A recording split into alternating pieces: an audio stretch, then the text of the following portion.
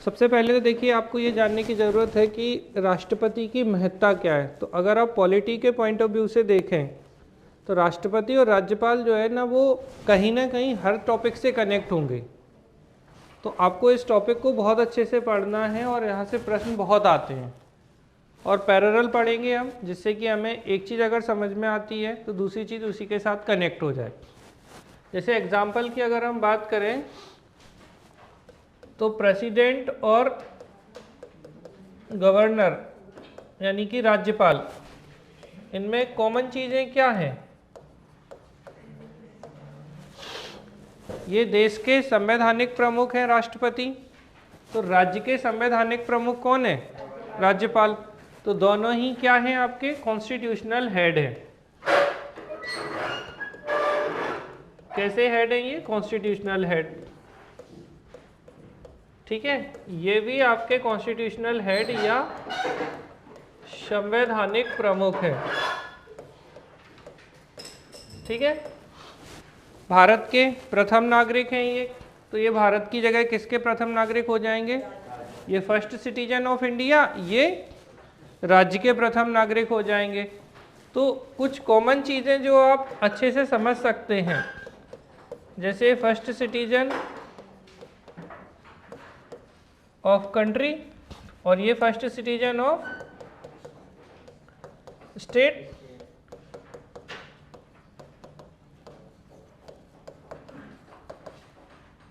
ठीक है, तो फर्स्ट सिटीजन ऑफ स्टेट है ये।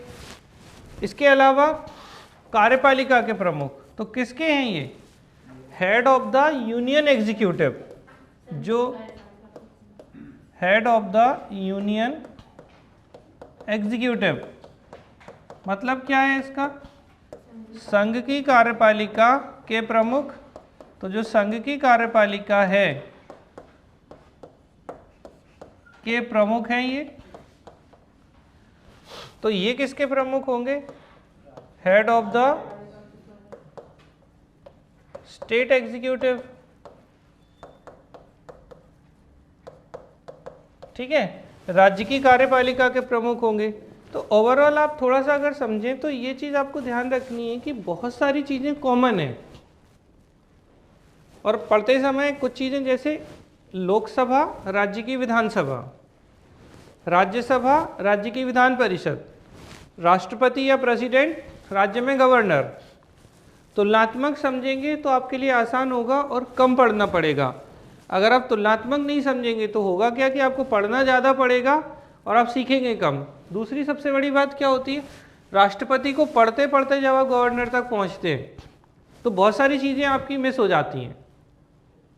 ठीक है, जैसे एक और चीज़ मैं तुलनात्मक बताऊं, क्वालिफिकेशन, योग्यताएं। तो आप ये लोग बताएं थोड़ा बेटा कि इनकी योग्यताएं हैं क्या क्या?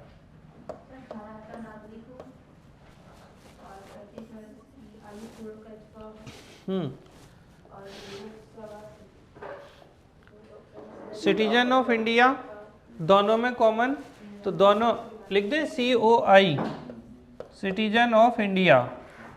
ठीक है, भारत का नागरिक। कॉमन बात है ये कि दोनों ही क्या होने चाहिए? भारत का नागरिक होना चाहिए दोनों को। अच्छा, एक प्रश्न बताना है यहाँ से कि भारत का नागरिक क्या जन्म से होना चाहिए या भारत का नागरिक होना चाहिए? जन्म से तो नहीं है, तो जन्म से कहाँ होता है? Very good. ठीक है, तो भारत का नागरिक सिटीजन ऑफ इंडिया मतलब आप सिटीजन है, जन्म से है नहीं है ये मुद्दा नहीं है। लेकिन अगर आप USA के प्रेसिडेंट बनना चाहते हैं तो क्या सिटीजन ऑफ USA, और कैसा होगा? बाय बर्थ, मतलब जन्म से होना चाहिए। यहाँ ये चीज़ नहीं है। यहाँ भी हम क्या देख रहे हैं कि सिटीजन ऑफ इंडिया है, कोई दिक्कत नहीं है। मिनिमम एज हमने बात की है पहले, 35 ईयर होनी चाहिए। यहाँ भी कितनी है? लेकिन ये कैसी एज है? न्यूनतम आयु या मिनिमम एज 35 ईयर। और अगर हम इसी में उपराष्ट्रपति भी घुसा दें तो तब भी 35 ईयर। तीसरी योग्यता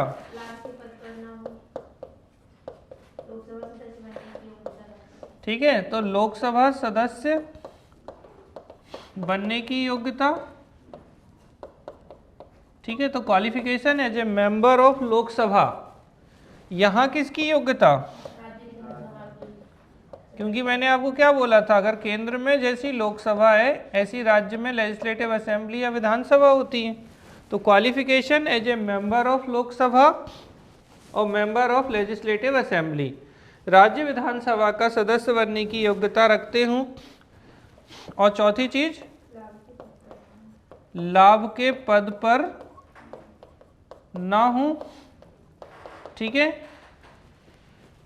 he or she must not hold office of profit, ठीक है, मतलब क्या है, क्या नहीं होना चाहिए, लाभ के पद पर नहीं होना चाहिए किसी भी तरीके से, तो यहाँ भी ऑफिस ऑफ प्रॉफिट पर नहीं होना चाहिए, ठीक है ना। तो must not hold office of profit, यानी कि लाभ के पद पर ना हो। और यहाँ ध्यान रखना है बेटा ऑफिस ऑफ प्रॉफिट में कि ना तो केंद्र सरकार के अधीन ना ही राज्य सरकार के अधीन किसी लाभ के पद पर होना चाहिए। और बड़ी बात, राष्ट्रपति, उपराष्ट्रपति, मंत्रिपरिषद ये लाभ के पद में नहीं आते हैं, ठीक है। तो पहली चीज, कॉन्स्टिट्यूशनल हेड या संवैधानिक प्रमुख है, ये राज्य के संवैधानिक प्रमुख हैं, ये देश के संवैधानिक प्रमुख हैं, ये देश के प्रथम नागरिक हैं, ये राज्य के प्रथम नागरिक हैं, ये संघ की कार्यपालिका जो है उसके प्रमुख हैं, ये राज्य की कार्यपालिका के प्रमुख हैं, ठीक है।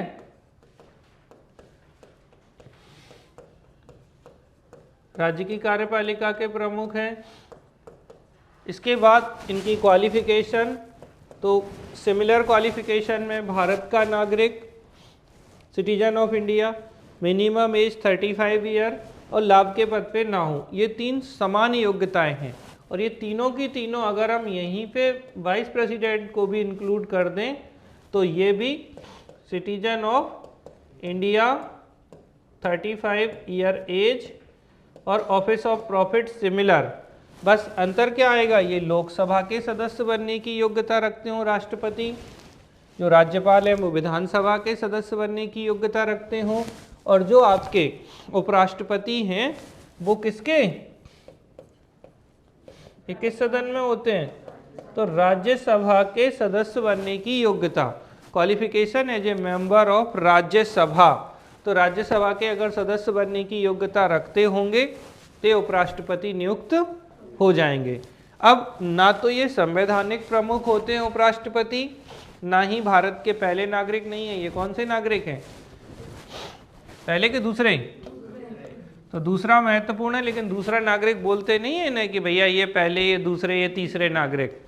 तो दूसरा सर्वोच्च पद है। ये हायरार्की में क्या होता है, राष्ट्रपति, उपराष्ट्रपति, यही चलता है, ठीक है। फिर ये संघ की कार्यपालिका, ये राज्य की कार्यपालिका, ऐसा इनके लिए कोई शब्द इस्तेमाल नहीं होता है। और इनकी जो योग्यताएं हैं, citizen of India, 35 year, Lok Sabha सदस्य और लाभ का पद, ये तीन तो कॉमन है, सिटीजन ऑफ इंडिया, 35 ईयर और लाभ का पद। यहाँ बस आपको ये ध्यान रखना है कि ये क्या होगा आपका, लोकसभा की जगह विधानसभा का सदस्य, और यहाँ क्या होगा आपका, राज्यसभा का सदस्य बनने की योग्यता। क्या अच्छी बात तो यही है कि कोई एजुकेशन क्वालिफिकेशन नहीं होती है।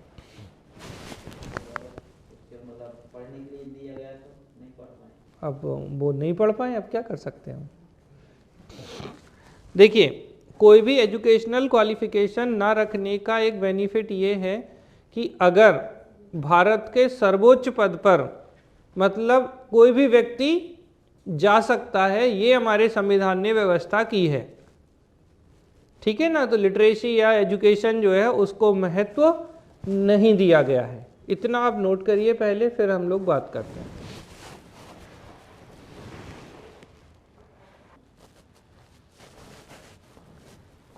तो हम आपको राष्ट्रपति, राज्यपाल और उपराष्ट्रपति की बात कर रहे हैं। तो बेटा देखिए, तीनों के इलेक्शन में आपको ये ध्यान रखना होगा कि जो प्रेसिडेंट का इलेक्शन है वो इनडायरेक्ट इलेक्शन है। गवर्नर के केस में इलेक्शन जैसा कोई प्रोविज़न नहीं होता, यहाँ अपॉइंटमेंट होती है।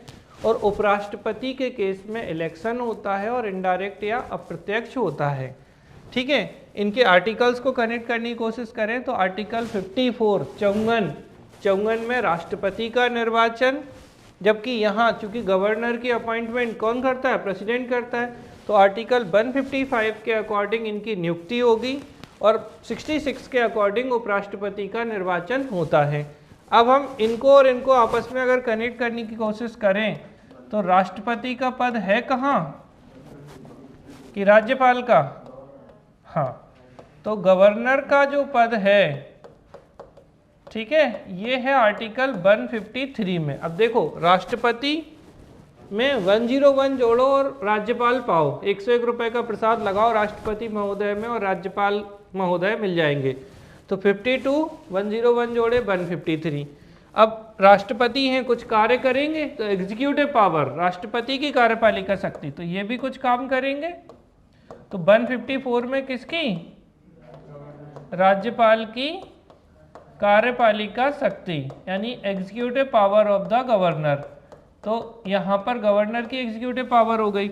अब 54 में राष्ट्रपति का निर्वाचन होता है 54 में, तो यहाँ पे इनका निर्वाचन नहीं होता है, तो यहाँ पे 155 में क्या होगा अभी बताया ऊपर, ठीक है, तो अपॉइंटमेंट या नियुक्ति होती है।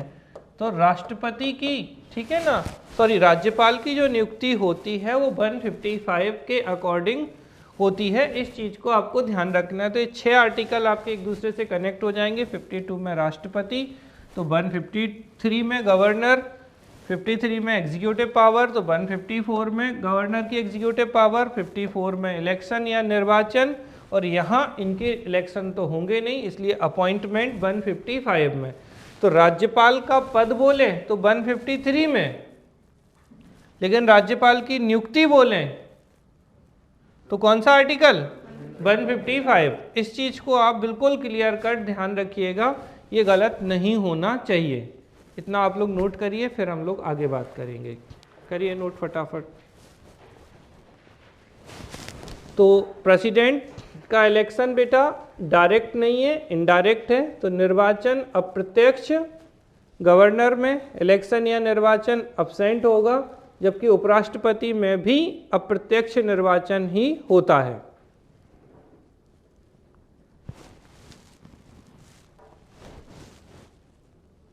ठीक है, तो इनडायरेक्ट हो गया राष्ट्रपति उपराष्ट्रपति का इलेक्शन, और यहाँ पे इलेक्शन कैसा हुआ? गवर्नर में होगा ही नहीं इलेक्शन, क्योंकि अपॉइंटमेंट होता है। फिर आर्टिकल्स कनेक्ट करना शुरू करिए। 52 प्रेसिडेंट या राष्ट्रपति, 53 कार्यपालिका शक्ति यानी कि एग्जीक्यूटिव पावर ऑफ प्रेसिडेंट, और 54 निर्वाचन यानी कि 54 निर्वाचन इलेक्शन। इसी को पैरेलल इसके साथ कनेक्ट कर दीजिए। 153 गवर्नर, 154 राज्यपाल की कार्यपालिका शक्ति, executive power of the governor, और 155 अपॉइंटमेंट यानी कि नियुक्ति। ठीक है, यहाँ तक सभी को क्लियर है? ठीक, अब निर्वाचन होगा तो इनका क्या होगा? निर्वाचक मंडल होगा, यानी कि इलेक्टोरल ग्रुप या इलेक्टोरल कॉलेज। निर्वाचक मंडल। अगर बेटा बोले निर्वाचन की रीति, मैनर ऑफ द इलेक्शन, तो ये किस में आएगा? आपके 55 में ही आएगा। तो मैनर ऑफ द इलेक्शन या इलेक्टोरल कॉलेज या इलेक्टोरल ग्रुप, राष्ट्रपति के निर्वाचन की रीति, ये आपके आर्टिकल 55 में आते हैं। अब इसके तुलना में ये तो होगा ही नहीं है, क्योंकि संभव ही नहीं है भाई, जिनका इलेक्शन नहीं हो रहा रीति कहाँ से होगी उसकी। ठीक है, लेकिन इनका जो निर्वाचक मंडल होता है, ठीक है, तो यहाँ बेटा आपको जो ध्यान देना है वो है राष्ट्रपति के निर्वाचक मंडल में कौन भाग लेता है और उपराष्ट्रपति के इलेक्टोरल ग्रुप या कॉलेज में कौन भाग लेता है। तो पहले आपको राष्ट्रपति का समझना होगा कि इसमें संसद के निर्वाचित सदस्य, इलेक्टेड मेंबर ऑफ पार्लियामेंट, थोड़ा अब जैसे मान लो ये क्वेश्चन आ चुका है, मेंस में भी आ चुका है, राष्ट्रपति का निर्वाचक मंडल पार्ट 5 हो गया, भाग 5 है, आर्टिकल 55 है। और निर्वाचन होता कैसे, तो एकल संक्रमणीय आनुपातिक मत पद्धति, ठीक है। तो सिंगल ट्रांसफर, वही ना, proportional representation by means of single transferable vote से ही होता है। इनके इलेक्टोरल ग्रुप या निर्वाचक मंडल में जो शामिल होते हैं उनको आप अगर समझने की कोशिश करेंगे तो अगर हम देखें सभी, पहली चीज तो लोकसभा, राज्यसभा, विधानसभा, हाँ, के कैसे सदस्य, निर्वाचित सदस्य। इसको मैं अभी दूसरे पे कर दूंगा क्योंकि यहाँ बन नहीं पाएगा अच्छे से, तो मैं अभी अच्छे से बता दूंगा, बस थोड़ा सा सुन लीजिए। लोकसभा, राज्यसभा, विधानसभा और दिल्ली पौंडीचेरी विधानसभाओं के निर्वाचित सदस्य, आपको ये दिमाग में क्लियर कट रखना है कि राष्ट्रपति के चुनाव में सिर्फ और सिर्फ इलेक्टेड मेंबर भाग लेते हैं, कोई भी नॉमिनेटेड मेंबर भाग नहीं लेता, ठीक है। अब किस किस के, तो संसद के, या हम बोलें लोकसभा राज्यसभा के इलेक्टेड मेंबर, इसके अलावा राज्य की विधानसभा के इलेक्टेड मेंबर और दिल्ली और पौंडीचेरी विधानसभाओं के निर्वाचित सदस्य इसमें भाग लेते हैं। जबकि हम उपराष्ट्रपति पर बात करें तो इसमें क्या होता है, संसद के, एक ही शब्द में अगर हम बोलने की कोशिश करें तो एक ही स्टेटमेंट में संसद के सभी सदस्य, अब थोड़ा सा समझते जाइएगा, all member of the parliament, तो संसद के कैसे सदस्य, ठीक है, तो ऑल मेंबर ऑफ पार्लियामेंट जो है वो भाग लेते हैं। यानी कि क्या मतलब हुआ, इलेक्टेड भी नॉमिनेटेड भी, तो संसद के निर्वाचित तथा मनोनीत दोनों प्रकार के सदस्य उपराष्ट्रपति के चुनाव में भाग लेते हैं। बात समझ में आ रही है आप लोगों को?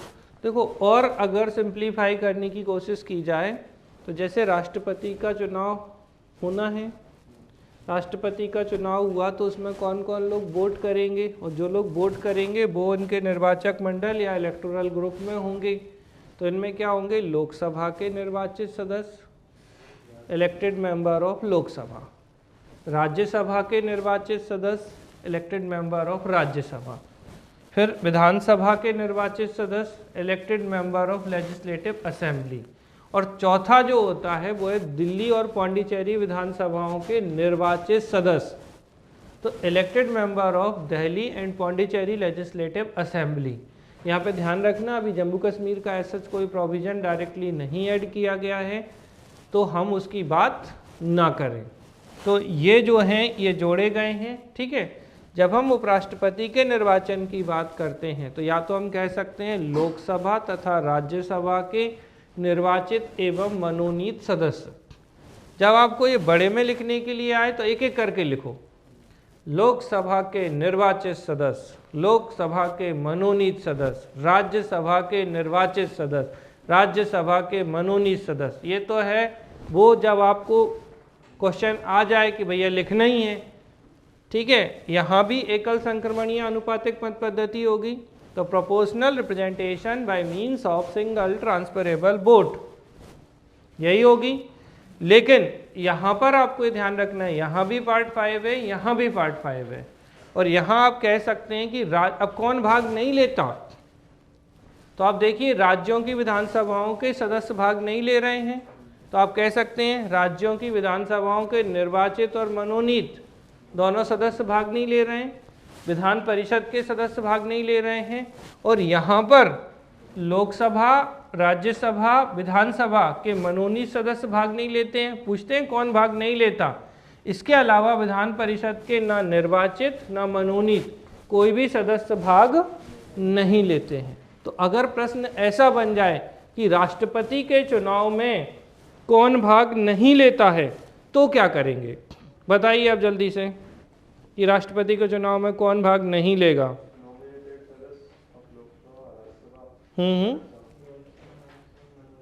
क्या क्या, तो आपको बस एक ही दिमाग में रखना है, नॉमिनेटेड कोई नहीं होगा, तो आप क्या बोलेंगे, लोकसभा के नॉमिनेटेड मेंबर, मतलब क्या, लोकसभा के मनोनीत सदस्य। फिर यहाँ किसके, राज्यसभा के नॉमिनेट मेंबर, फिर किसके, विधानसभा के नॉमिनेट मेंबर, ये हो गए दिल्ली पौंडीचेरी विधानसभाओं के नॉमिनेट मेंबर। इसके अलावा विधान परिषद के इलेक्टेड और नॉमिनेट दोनों ही मेंबर भाग नहीं लेते हैं। समझ में आ रही है बेटा, क्लियर है? किसी का भी कोई डाउट हो पहले तो इसमें पूछ लीजिए, नहीं तो गलत मत करिएगा ये, क्योंकि ये बहुत इंपॉर्टेंट क्वेश्चंस हैं। अभी जब हम राष्ट्रपति के क्वेश्चन करेंगे तो ये खूब सारे क्वेश्चंस आपको यहाँ मिलेंगे। यहाँ तक हो गया, कोई समस्या? उपराष्ट्रपति में हमने देखा कि कौन, तो इलेक्टेड प्लस नॉमिनेटेड बोथ, और किसके, पार्लियामेंट के, या फिर कहें लोकसभा और राज्यसभा के निर्वाचित तथा मनोनीत दोनों इस प्रकार के सदस्य भाग लेते हैं, लेकिन राज्यों की विधानसभाएं और विधान परिषदों के कोई भी सदस्य उपराष्ट्रपति के चुनाव में भाग नहीं लेते। एक और बात आपको ध्यान रखना है, जैसे विधानसभा के जो निर्वाचित सदस्य हैं, इवन जो दिल्ली पौंडीचेरी विधानसभाओं के निर्वाचित सदस्य हैं, वो राष्ट्रपति के चुनाव में तो भाग ले रहे हैं, लेकिन इनके जब हटाने की प्रक्रिया होगी उसमें ये भाग नहीं लेंगे। तो उपराष्ट्रपति को राष्ट्रपति के हटाने की प्रक्रिया में कौन भाग नहीं लेंगे, ये जो विधानसभा के सदस्य हैं। तो पूछा जाता है किसके निर्वाचन में, तो राज्यों की विधानसभाओं के सदस्य भाग लेते हैं, लेकिन उनके हटाने की प्रक्रिया में विधानसभाओं के सदस्य भाग नहीं लेते, तो वो है राष्ट्रपति। और अगर आपसे पूछा जाए उपराष्ट्रपति के हटाने की प्रक्रिया में, तो राज्यों के सदस्य तो चुनाव में भी भाग नहीं लेते और हटाने में तो लेने का कोई प्रश्न उठता ही नहीं है। यहाँ तक आप सभी ने बना लिया? किसी का कोई प्रश्न है तो समझ में आ रही है बात कि क्या कह रहे हैं हम यहाँ पे? तो आपको बिल्कुल क्लियर कट याद रखना है। जैसे ये था प्रेसिडेंट और ये है आपका, अब चूंकि यहाँ में वाइस प्रेसिडेंट, गवर्नर का तो इलेक्शन होता ही नहीं है, तो किसकी बात कर रहे हैं हम, वाइस प्रेसिडेंट की, उपराष्ट्रपति। तो राष्ट्रपति जो है कौन कौन भाग ले रहा था, जल्दी बोलो। अगर हम बिल्कुल क्लियर कट करें तो लोकसभा के निर्वाचित सदस्य, हाँ, इलेक्टेड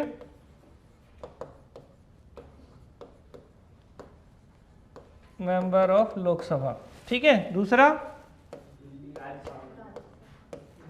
राज्यसभा के निर्वाचित सदस्य, यानी कि इलेक्टेड मेंबर ऑफ राज्यसभा, और फिर विधानसभा के निर्वाचित सदस्य, यानी क्या हो गया, elected member of legislative assembly, यही लोग भाग लेंगे। और क्या था, दिल्ली व पांडिचेरी, अब तो पुदुचेरी बोलते हैं इसे, विधानसभा के निर्वाचित सदस्य, ठीक है। तो आपको बिल्कुल क्लियर रहना है कि elected member, elected member, elected member, कोई भी नॉमिनेटेड मेंबर नहीं होगा। तो क्या हो गया, elected member of Delhi and Puducherry legislative assembly, ठीक है।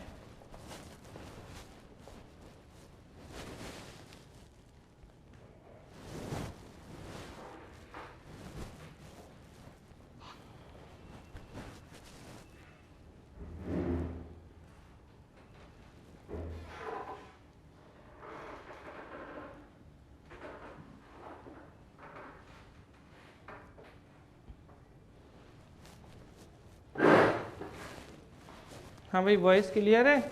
अब यहाँ क्या हो जाएगा, इसकी जगह लोकसभा के निर्वाचित व मनोनीत सदस्य। ठीक है, तो elected and nominated member of Lok Sabha. Same चीज यहाँ पे राज्यसभा वाली, तो elected and nominated member of Rajya Sabha, तो राज्यसभा के निर्वाचित एवं मनोनीत सदस्य, बस इसके अलावा कोई नहीं।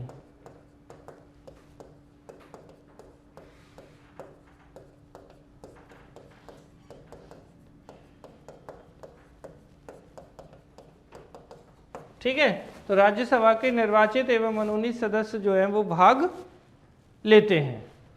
आपको बस इसी को, अगर हमें जैसे मान लो आपके पास समय नहीं है मेंस में लिखने का, तो आप क्या कह सकते हैं, संसद के सभी सदस्य।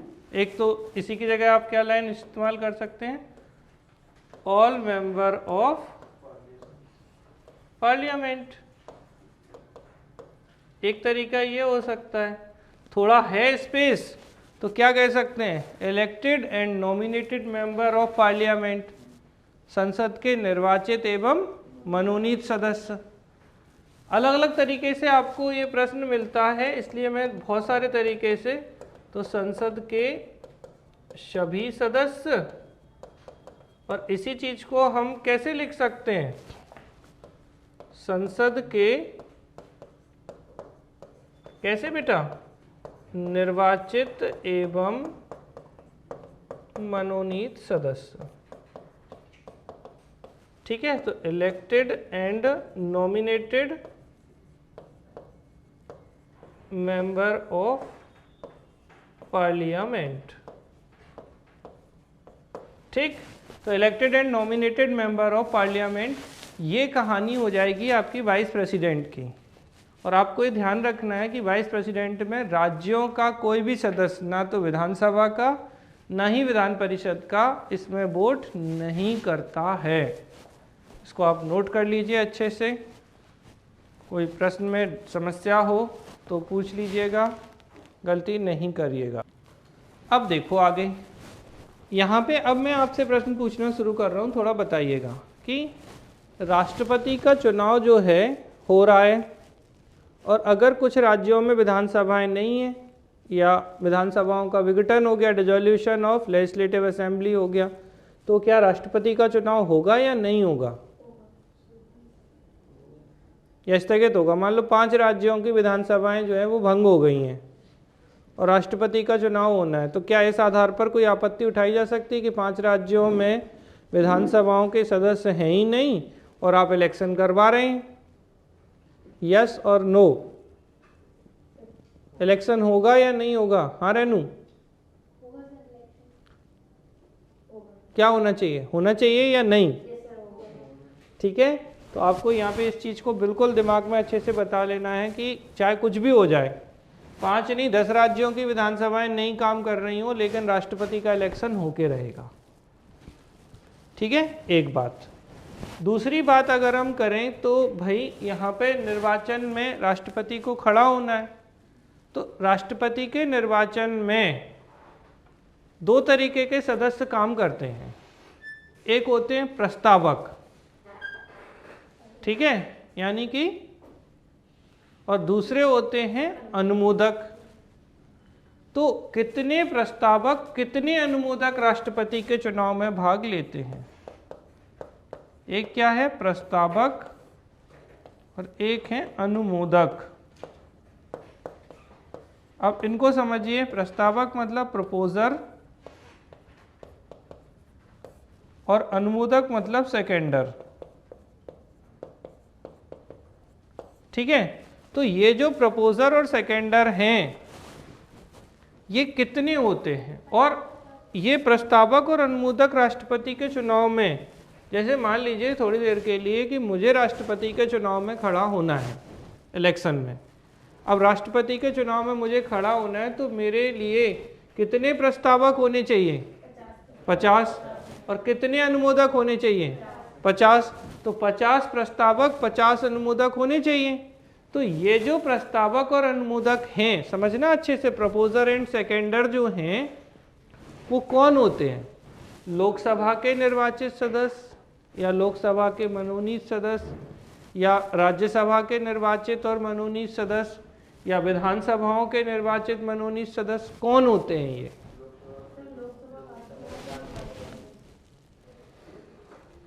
कौन होंगे प्रपोजर? बताएं जरा, प्रपोजर कौन होंगे यहाँ पे? विधानसभा के नहीं हो सकते? अच्छा, अनुमोदक में कौन होंगे? ऐसा है? अच्छा, लॉजिक लगा रहे हैं? हाँ हुए थे तो क्या था? हाँ भैया, लाइव में कोई बोलना चाह रहा है कि प्रस्तावक और अनुमोदक कौन कौन होंगे?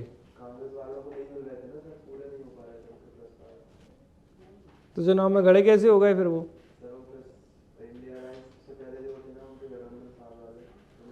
बोलो भाई, जल्दी बोलो। 50 प्रस्तावक 50 अनुमोदक हैं, तो ये कौन है प्रस्तावक अनुमोदक? लाइव में कोई कुछ बोलना चाह रहा है?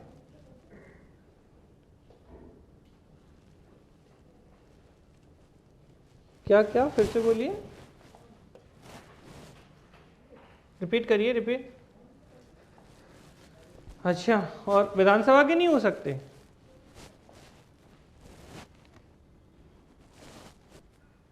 अच्छा,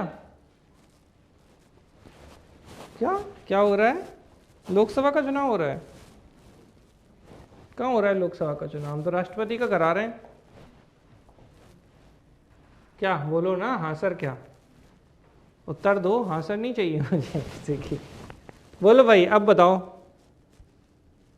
कि ये प्रस्तावक और, बिल्कुल, बस यही ध्यान रख। अरे कोई भी हो, जो वोट देने के लिए है वो कौन है? वो उनका मेंबर है निर्वाचक मंडल का। तो कोई भी होंगे, ध्यान रखना, ना लोकसभा ना राज्यसभा ना विधानसभा, 50 चाहिए, कोई भी हो इनमें से 50 जो निर्वाचक मंडल में होंगे उनमें से कोई भी 50 सदस्य। और याद रखना, जो प्रस्तावक या प्रपोजर होंगे वो सेकेंडर या अनुमोदक नहीं होंगे। मतलब क्या? पहले 50 अलग लोग जो मेरा प्रस्ताव रखें, मान लो ये 50 लोग जिन्होंने मेरा प्रस्ताव रखा कि हाँ भाई डॉक्टर जितेंद्र सर खड़े हो जाएं राष्ट्रपति के चुनाव में, तो ये प्रस्तावक हो गए। सदन कोई भी हो सकता है। फिर अगले अन्य 50 जो इनने प्रस्ताव रखा था उसको अनुमोदित करेंगे, सेकेंडर होंगे, ये अलग होंगे, ध्यान रखना, तब जाके खड़े होंगे। तो प्रस्तावक और अनुमोदक अलग अलग होंगे। और राष्ट्रपति के चुनाव में कितने प्रपोजर हैं? 50। और उपराष्ट्रपति के चुनाव में अगर हम प्रपोजर की बात करें तो 20 और सेकेंडर की बात करें तो 20। यानी कि प्रस्तावक कितने? 20 और अनुमोदक कितने या सेकेंडर? तो ये 20। हाँ, इनमें आप कह सकते हैं क्योंकि इनमें तो विधानसभा के सदस्य ही नहीं है। अब यहाँ कोई भी हो सकते हैं, मनोनीत सदस्य भी हो सकते हैं, अनुमोदक और प्रस्तावक, क्योंकि वो दोनों वोट कर रहे हैं। तो दिमाग में ये रख लो कि जो इलेक्टोरल कॉलेज या निर्वाचक मंडल है जो राष्ट्रपति के चुनाव में वोट कर सकते हैं वो प्रस्तावक और अनुमोदक बन सकते हैं। लेकिन प्रस्तावक और अनुमोदक अलग अलग होते हैं। राष्ट्रपति के चुनाव के लिए 50 प्रपोजर 50 सेकेंडर, उपराष्ट्रपति के चुनाव के लिए 20 प्रपोजर 20 सेकेंडर होते हैं। ठीक है, क्लियर है? आपको समझ में आ रही है बात? यहाँ तक कोई प्रश्न किसी का? ठीक, तो ये 2 पॉइंट आप नोट कर लीजिए। प्रपोजर, तो प्रपोजर कितने प्रेसिडेंट के लिए? 50 मेंबर। और सेकेंडर कितने? 50 मेंबर जो हैं वो होते हैं। तो 50-50 सदस्य होते हैं। ठीक, और यहाँ उपराष्ट्रपति के लिए होते हैं 20-20। ठीक, अब मान लो 1 मिनट के लिए कि किसी स्थिति में राष्ट्रपति का पद खाली हो गया, वैकेंट हो गया। तो राष्ट्रपति का पद अगर खाली है तो उस स्थिति में चुनाव कब तक कराने होते हैं? और अगर उपराष्ट्रपति का पद खाली है तो चुनाव कितने समय में कराने होते हैं? बोलो बोलो बोलो भाई। जैसे किसी कारण से मैं कहूँ राष्ट्रपति जी ने इस्तीफा दे दिया। अच्छा चलो एक प्रश्न और पूछते हैं, vacant of the president post या प्रेसिडेंट ऑफिस, राष्ट्रपति का जो कार्यालय है वो खाली है, रिक्ति है, तो रिक्ति हो किस किस तरीके से सकती है?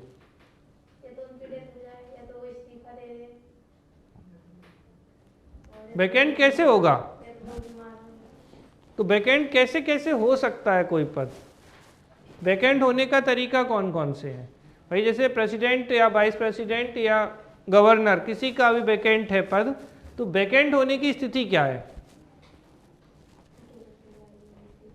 बहुत बढ़िया क्वेश्चन है ये।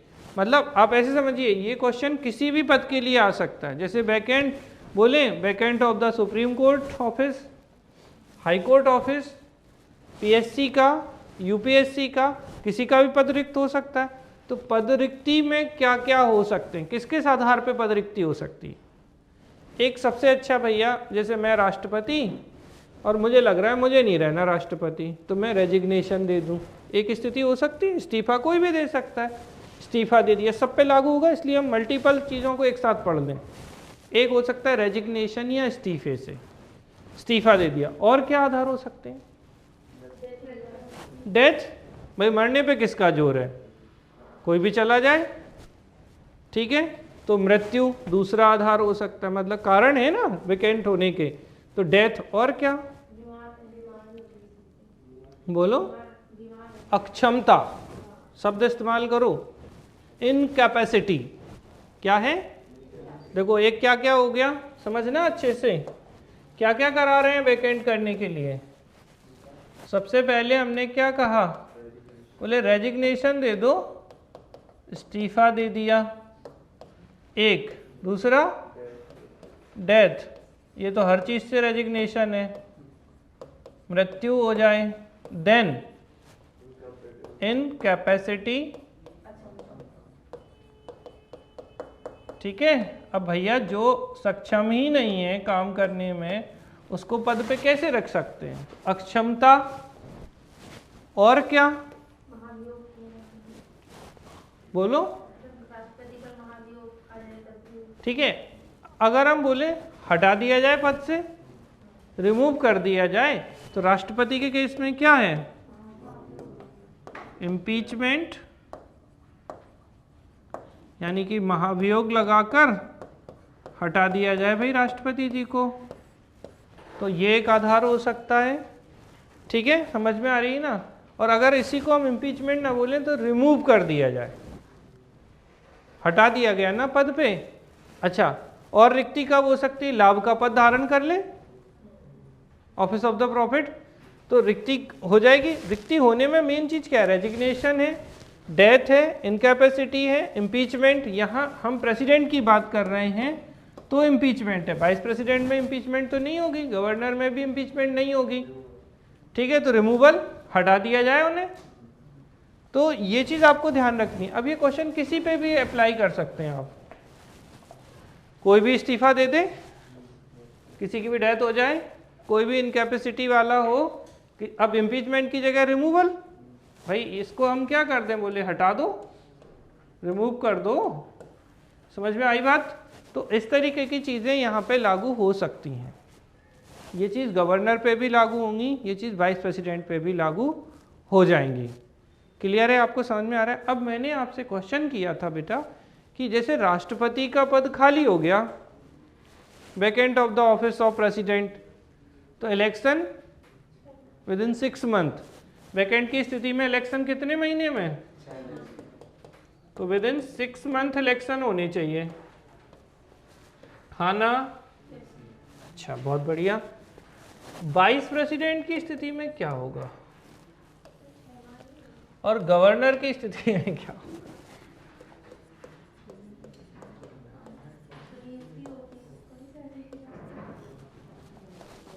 चलो पहले यहां से शुरू करें। इस्तीफा किसको देंगे? राष्ट्रपति।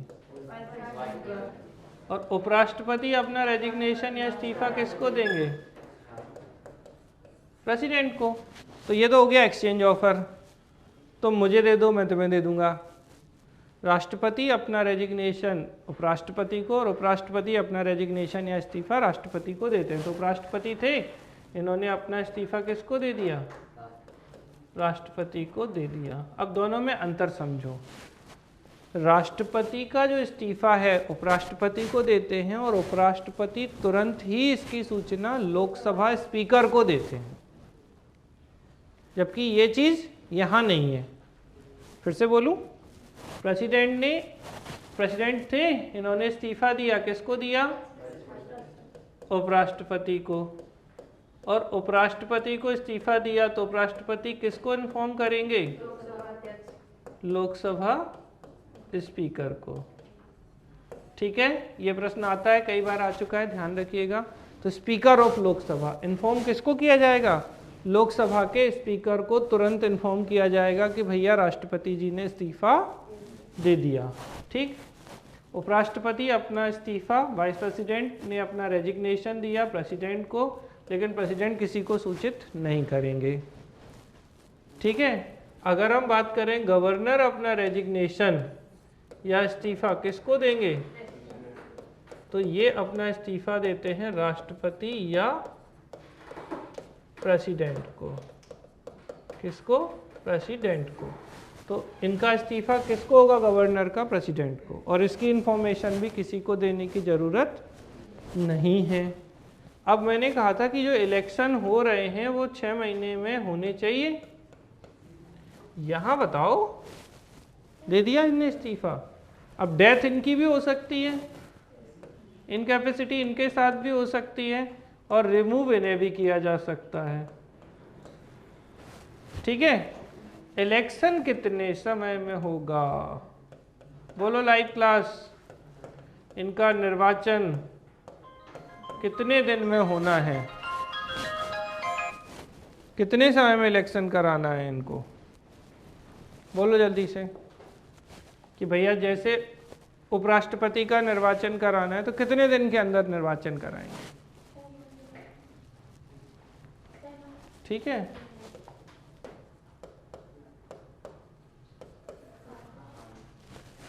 अलग है ये, क्योंकि हमें 6-6 महीने की आदत पड़ गई है।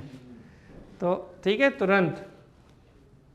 ठीक है, 6 महीने जैसा प्रोविज़न नहीं है, राष्ट्रपति में 6 मंथ का प्रोविज़न है। ठीक है, क्लियर है यहाँ तक? और यहाँ तो चूंकि इलेक्शन है ही नहीं, तो काय का निर्वाचन। ठीक, यहाँ तक क्लियर? कुछ समझ आ रहा है? तो resignation, death, incapacity and impeachment mention in article. Impeachment किस में? 62 में हो गया किसी का, कहीं भी करा दो, क्या फ़र्क पड़ता है, कहीं ना कहीं तो होगा ही होगा। तो आर्टिकल 61 में impeachment process of the president है, राष्ट्रपति की महाभियोग की प्रक्रिया है। और यहाँ पे महाभियोग का जो रीज़न होगा बेटा, वो सिर्फ एक ही आधार है, बता सकता है कोई? Violation of the constitution. क्या?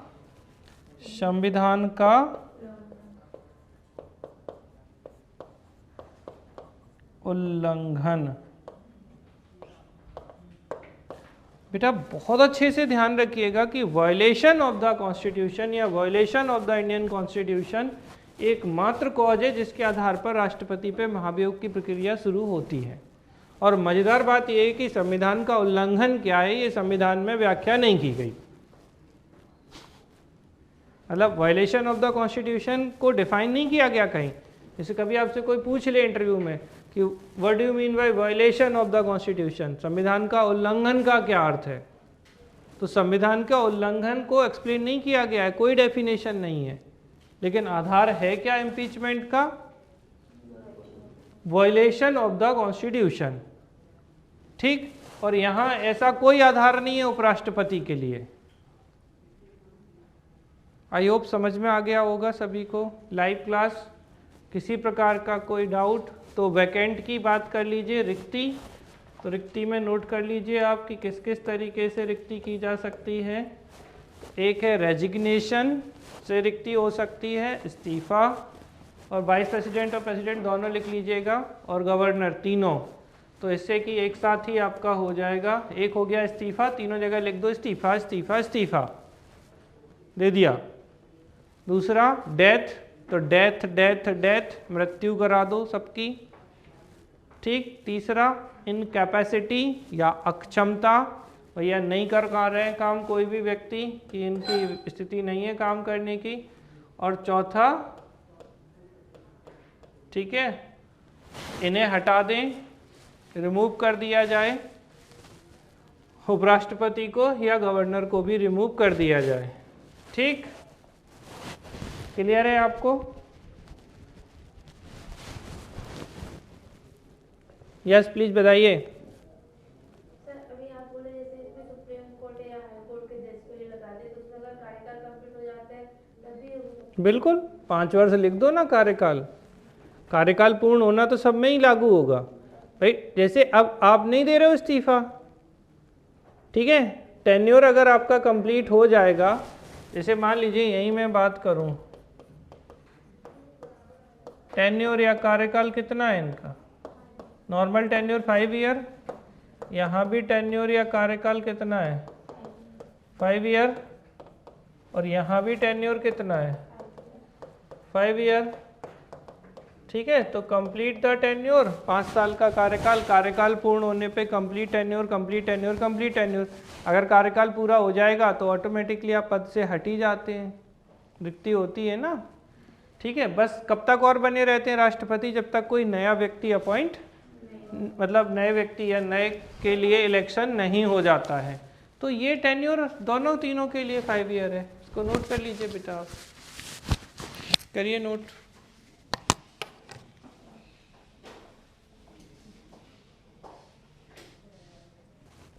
हाँ भाई, तो ये तो हुआ कि भैया महाभियोग शुरू कराना है। तो महाभियोग का आधार क्या है, वायलेशन ऑफ द कॉन्स्टिट्यूशन, और कोई आधार नहीं। सीधा क्वेश्चन पूछा जाता है कि राष्ट्रपति पे महाभियोग की प्रक्रिया किस आधार पर शुरू की जाती है, तो वायलेशन ऑफ द कॉन्स्टिट्यूशन होगा। अब यहाँ आपको ये ध्यान रखना है कि महाभियोग कहाँ शुरू हो सकता है, तो लोकसभा या राज्यसभा, उल्टा भी लिख सकते हैं हम इसे, राज्यसभा ऑब्लिक लोकसभा, ठीक है। बात समझ में आ रही है? सुनिए यहाँ अच्छे से। अगर हम यहाँ इनकी रिमूवल प्रोसेस की बात करें, हटाने की प्रक्रिया की उपराष्ट्रपति की, तो कल आपको मैंने बताया था कि राज्यसभा से ही स्टार्ट होगी, ऑलवेज स्टार्ट फ्रॉम राज्यसभा, हमेशा और हमेशा। कभी भी उपराष्ट्रपति को हटाने की प्रक्रिया लोकसभा से शुरू नहीं होगी। कहाँ से स्टार्ट होगी उपराष्ट्रपति की? राज्यसभा से, और राष्ट्रपति की लोकसभा या राज्यसभा से। इनके हटाने का आधार वायलेशन ऑफ द कॉन्स्टिट्यूशन, इनके हटाने का ऐसा कोई आधार मेंशन नहीं है। अच्छा, इनके हटाने की प्रक्रिया कहाँ से शुरू होगी? ना लोकसभा ना राज्यसभा, इससे क्या लेना देना? ऐसे तो इन्हें जो है गवर्नर को, ये राष्ट्रपति के प्रसाद पर्यंत होते हैं, प्लेजर ऑफ द प्रेसिडेंट। तो प्रसाद है, जब चाहो प्रसाद वापस ले लो। तो राष्ट्रपति जब चाहे इन्हें तब हटा सकते हैं। क्लियर है? समझ में आई यहाँ तक बात? अब जो महाभियोग की प्रक्रिया है, इस महाभियोग की प्रक्रिया को थोड़ा आप बताने की कोशिश करें जिसने पढ़ी हो, कैसे स्टार्ट होगी। जो संसद में जब राष्ट्रपति पर महाभियोग लगता है, तो संसद के किसी भी सदन में जाता है तो उसके 1/4 जो सदस्य हैं उस पर हस्ताक्षर करते हैं, तो ये पारित हो जाता है और उसके बाद ये अगले सदन में पेश होता है। बस फिर उसमें भी सर 2/3 जो है सदन के। इम्पीचमेंट प्रोसेस किस आर्टिकल में थी? आर्टिकल 61। अब ये जो महाभियोग की प्रक्रिया है, या तो लोकसभा या राज्यसभा, उल्टा भी कर सकते हैं, किसी भी सदन में स्टार्ट हो सकती है। कारण आपको समझ में आ गया, क्या रीजन था? वायलेशन ऑफ द कॉन्स्टिट्यूशन, संविधान के उल्लंघन के आधार पर। सबसे पहले क्या करेंगे?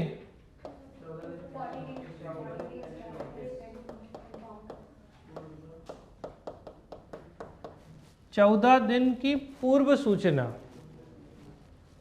राष्ट्रपति पे महाभियोग की प्रक्रिया शुरू कर रहे हैं तो उन्हें बताएंगे देखो भाई साहब हम आपके खिलाफ इम्पीचमेंट की प्रक्रिया शुरू कर रहे हैं, हम आपको नोटिस देते हैं।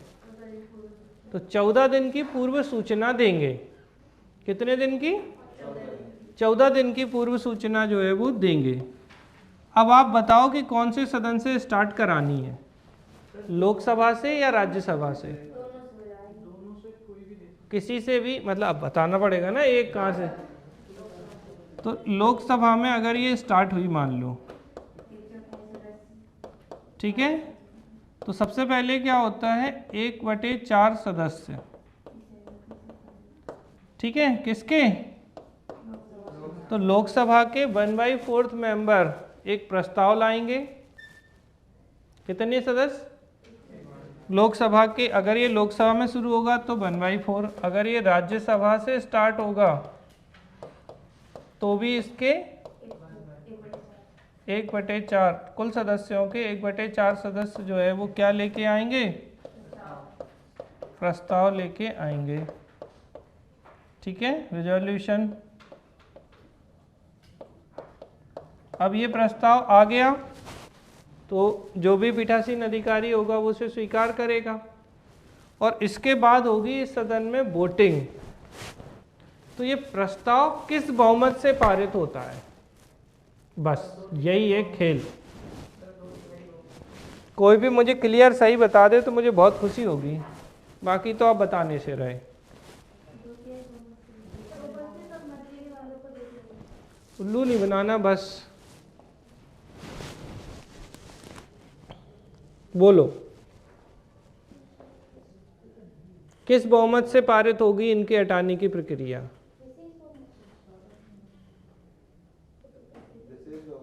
विशेष बहुमत से। और विशेष बहुमत कैसा वाला? अच्छा, अब इस विशेष बहुमत में अगर हम देखें तो सर्वोच्च न्यायालय को भी विशेष बहुमत से ही हटाते हैं। तो सर्वोच्च न्यायालय के न्यायाधीश को हटाने और राष्ट्रपति के हटाने में बहुमत में क्या अंतर है? कोई अंतर है या सब एक जैसा है?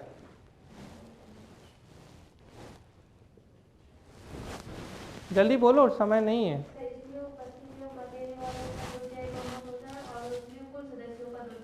किसमें? अच्छा, सच्ची कह रहे हो? गलत है, चलो बताइए भाई। राष्ट्रपति को अगर हटाना है तो जो बहुमत है, क्या मेजॉरिटी, वो कैसी मेजॉरिटी है? उपस्थित एवं मत देने वालों का 2/3 बहुमत या 2/3 बहुमत? किसका? उपस्थित मत देने वालों का।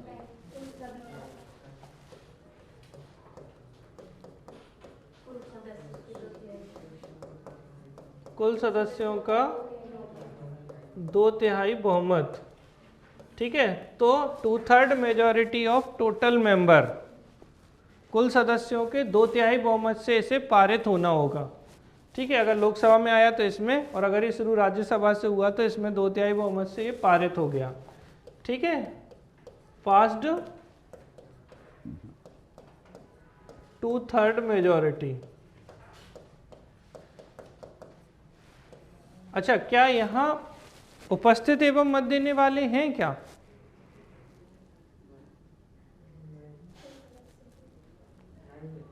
नहीं है। अब एक सदन में पारित हो गया तो कहाँ जाएगा ये? दूसरे सदन में, ठीक है, अदर हाउस। अब अदर हाउस क्या हो सकता है ये? अगर ये लोकसभा में आया था तो ये राज्यसभा होगा, और अगर ये राज्यसभा में आया था तो ये लोकसभा होगा। डिपेंड करेगा पहले किस सदन में हम लेके आए थे। अब दूसरे सदन में क्या होगा इसका? अब इसकी होगी जांच, ठीक है। तो इन्वेस्टिगेशन कमेटी बनेगी एक। अब इस जांच के दौरान राष्ट्रपति या तो स्वयं या अपने किसी रिप्रेजेंटेटिव को भेज सकते हैं, ठीक है, जांच होगी ना, तो जांच में, अब जांच में मान लो हम तो मान लें कि भैया दोषी पाए, क्योंकि हटाने की प्रक्रिया तभी होगी जब दोषी बनेंगे।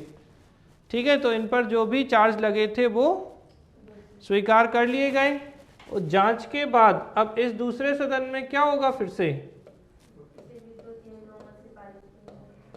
अगर ये 2/3 मेजॉरिटी से पास हो गया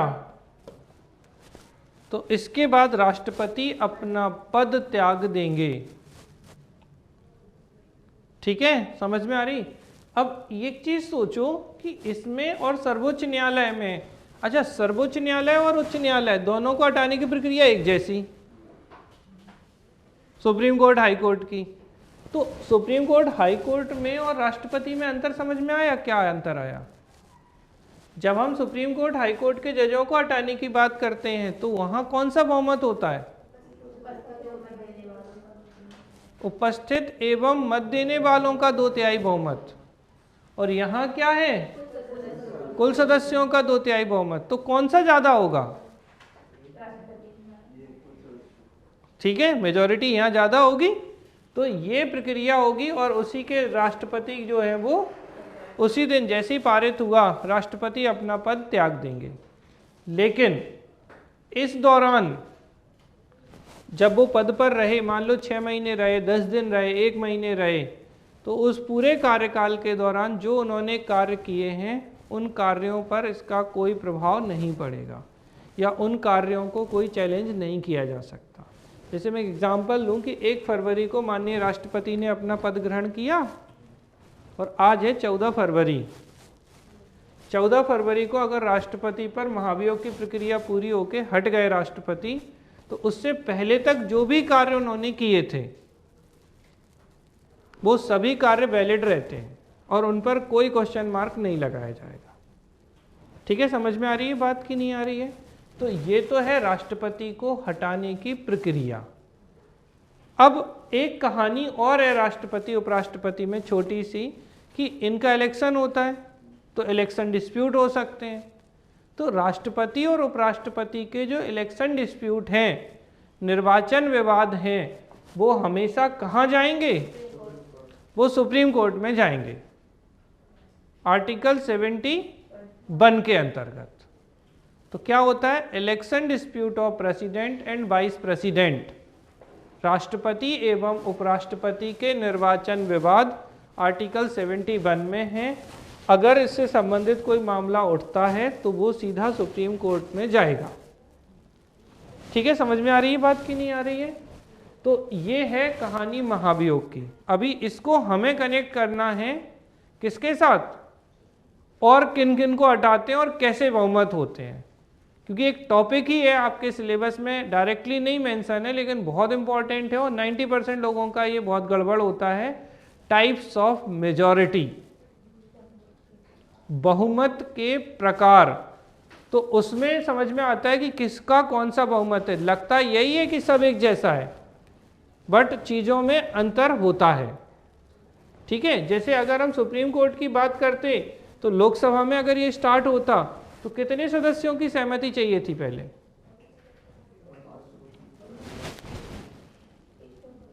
अरे भगवान, मर गए। रहने दो, अब नहीं बोलो, कल बात करेंगे।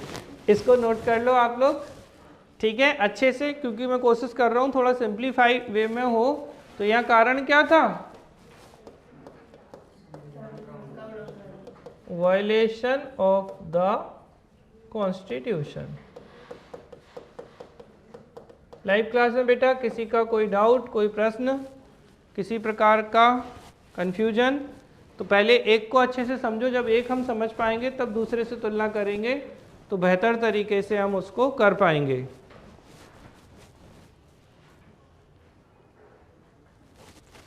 हमने आपको बताया था कि जो राष्ट्रपति हैं वो भारत के संवैधानिक प्रमुख हैं, राज्य के गवर्नर होते हैं। ये भारत के प्रथम नागरिक हैं, ये राज्य के प्रथम नागरिक हैं गवर्नर। ये संघ की कार्यपालिका के प्रमुख हैं, ये राज्य की कार्यपालिका के प्रमुख हैं। योग्यताएं मिलती जुलती योग्यताओं में भारत का नागरिक 35 वर्ष न्यूनतम आयु और लाभ के पद पर ना हो, ये 3 समान योग्यताएं। राष्ट्रपति के केस में लोकसभा सदस्य, उपराष्ट्रपति के केस में राज्यसभा सदस्य और राज्यपाल के केस में विधानसभा सदस्य बनने की योग्यता होनी चाहिए। इसके बाद इलेक्शन तो प्रेसिडेंट का और वाइस प्रेसिडेंट दोनों का इलेक्शन इनडायरेक्ट होता है, जबकि गवर्नर का कोई इलेक्शन नहीं होता है। तो 52 में राष्ट्रपति हैं, 53 में इनकी एग्जीक्यूटिव पावर कार्यपालिका शक्ति है, 54 में इनका चुनाव निर्वाचन है। इसी तरीके से 153 में गवर्नर है, 154 में कार्यपालिका शक्ति है और 155 में इनकी अपॉइंटमेंट होती है। फिर इसके बात करें, चूँकि इनका तो कुछ ऐसा होता नहीं है गवर्नर का, तो ठीक है, अब गवर्नर का चूँकि इलेक्शन ही नहीं होता तो उसमें कोई बात ही नहीं है। तो यहाँ ये एक जैसे हैं 3 आर्टिकल इनके। फिर 55 में इनका निर्वाचक मंडल है, और निर्वाचक मंडल जो है इलेक्टोरल कॉलेज, इसमें लोकसभा, राज्यसभा, विधानसभा और दिल्ली पौंडीचेरी विधानसभाओं के निर्वाचित सदस्य भाग लेते हैं। राष्ट्रपति में, उपराष्ट्रपति में संसद के सभी सदस्य भाग लेते हैं, और राज्यपाल के केस में कोई इलेक्शन नहीं होता है। अब यहाँ पे प्रपोजर और सेकेंडर 50-50 हैं राष्ट्रपति के लिए, जबकि उपराष्ट्रपति के लिए इनकी संख्या 20-20 होती है।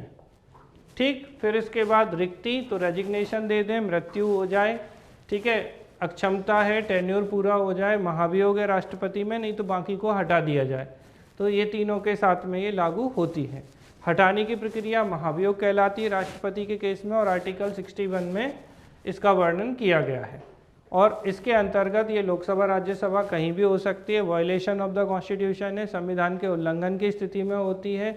जिस भी सदन से स्टार्ट होगी उसके 1/4 मेंबर यहाँ पे एक प्रस्ताव लेके आएंगे, फिर ये विशेष बहुमत यानी 2/3 मेजॉरिटी, लेकिन ये कुल सदस्यों के 2/3 बहुमत से पारित होगी।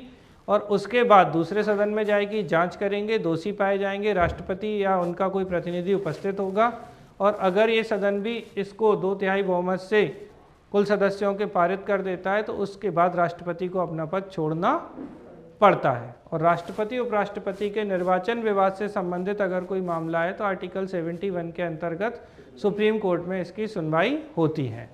इसके आगे की कहानी पर हम कल चर्चा करेंगे। धन्यवाद।